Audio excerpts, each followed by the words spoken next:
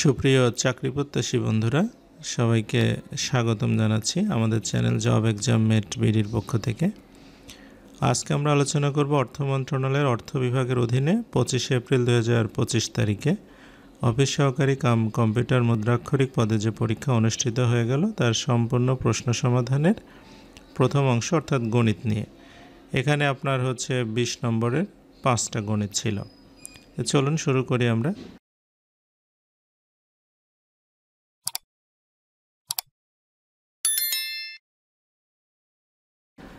প্রথমে বলছে যে বার্ষিক 10% মুনাফায় 8,000 টাকার 3 বছরের চক্রবৃদ্ধি মূলধন নির্ণয় করো।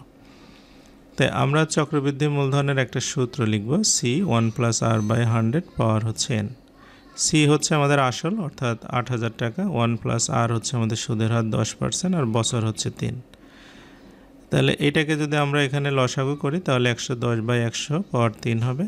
যেহেতু পাওয়ার 3 আছে, 110/100কে আমরা 3 বার লিখে নেব, অর্থাৎ 110/100 গুণন 110/100 গুণন 110/100।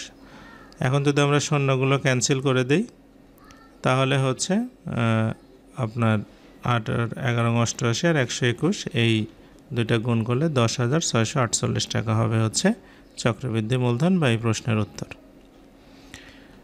12 নম্বর প্রশ্নে বলছে যে একটি বইয়ের দাম 240 টাকা এবং এই দাম প্রকৃত দামের 80%, বাকি দাম সরকার ভর্তুকি দিলে বই প্রতি কত টাকা ভর্তুকি দেওয়া হয়। সমাধানে প্রথমে আমরা লিখে নেব বইয়ের বিক্রয় মূল্য যদি 80 টাকা হয় তাহলে প্রকৃত দাম 100 টাকা, কারণ আপনার 80% দামে তো বিক্রয় হচ্ছে। তাহলে যদি বিক্রয় মূল্য 1 টাকা হয় তাহলে 100/80 টাকা হবে, আর বিক্রয় মূল্য 240 টাকা হলে তাহলে 100 গুণন 240/80 অর্থাৎ 300 টাকা। 300 টাকা আপনার বইটার প্রকৃত দাম আর বিক্রি 240 টাকা। তাহলে ভর্তুকি এটা বাদ দিলেই হবে, অর্থাৎ 300 থেকে 240 বাদ দিলে 60 টাকা ভর্তুকি। এটাই এই প্রশ্নের উত্তর। এরপরে 13 বলছে রহিম ও করিমের আয়ের অনুপাত 7:9, করিম আর পনিরের আয়ের অনুপাত 6:7। তাহলে রহিমের আয় 252 টাকা হলে পনিরের আয় কত? তাই প্রথমে এখানে দেওয়া আছে রহিম ও করিমের আয়ের অনুপাত 7:9, এটা আমরা লিখে নেব। আর করিম ও পনিরের আয়ের অনুপাত আপনার 6:7। এখানে দেখা যাচ্ছে করিমের অনুপাত আছে 2টা, তো এটাকে আমরা একটা সাধারণ অনুপাত, সিম্পল অনুপাত বের করব। তাই আমরা 6 আর 9 লসাগু করলে হবে 18। তাহলে আমরা এখানে প্রথমটাকে আমরা গুণ করব 2 দিয়ে, অর্থাৎ 7:9 গুণন 2, এটা হবে 14:18। আর পরেরটাকে গুণ করব আমরা 3 দিয়ে, অর্থাৎ যে 318:21। তাহলে এখানে দেখেন রহিম, করিম আর পনির এদের 3 জনের অনুপাত 14, 18 আর 21। এখন বলছে রহিমের আয় 252 টাকা। তাহলে আমরা পনিরের আয় বের করতে হলে 252কে রহিমের অনুপাত 14 দিয়ে ভাগ করে 7 দিয়ে গুণ করলে হবে 378 টাকা। তাহলে এটাই উত্তর এই প্রশ্নের।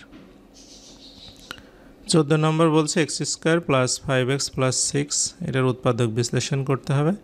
তা প্রথমে এটা আমরা আগে লিখে নেব, x² + 5x + 6।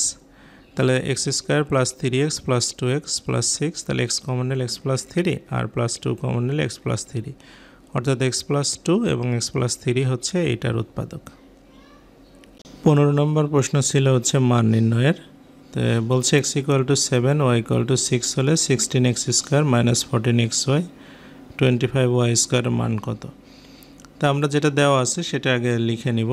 লিখে নেওয়ার পরে এখানে 16x² 4x² - 2 × 4x × 5y + 5y² দিয়ে দেব।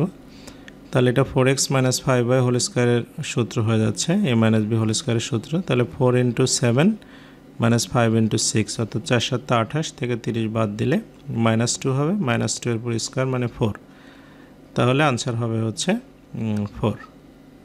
তাই এতক্ষণ সাথে থাকার জন্য সবাইকে অসংখ্য ধন্যবাদ জানাচ্ছি।